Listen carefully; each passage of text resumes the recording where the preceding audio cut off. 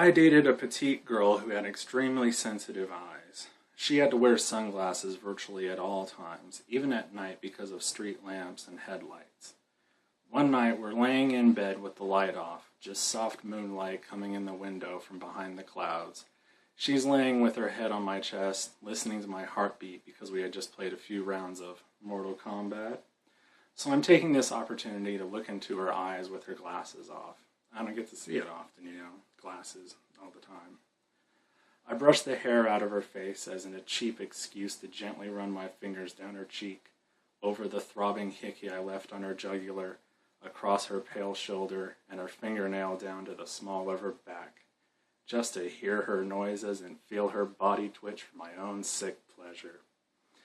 She lifts her head up slightly and lets out a small pant, looks up at me with embarrassed eyes and a wicked grin. Before we could get any further, I hear someone opening the door to my room. I know, rookie mistake. I forgot to lock it. Being aware of her eye condition, I immediately lean forward to grab a thick blanket from behind her and throw it over us, covering her completely but leaving my face exposed. I'm a big guy, and my girl was like, $110 soaking wet. Two of my friends, who did not call nor text or even knock really, open the door, step inside, and flip the lights on without saying anything at all. It takes several seconds for me to get used to the blinding light. They don't see my girl's clothes on the floor at the bottom of the bed. Somewhere between rounds 1 and 2, we pushed a blanket off the bed. They take a couple steps in and ask me why I was sleeping at 9 o'clock at night. I reply, I wasn't sleeping. One of them makes a joke about me masturbating and not locking the door. I say, I wasn't masturbating.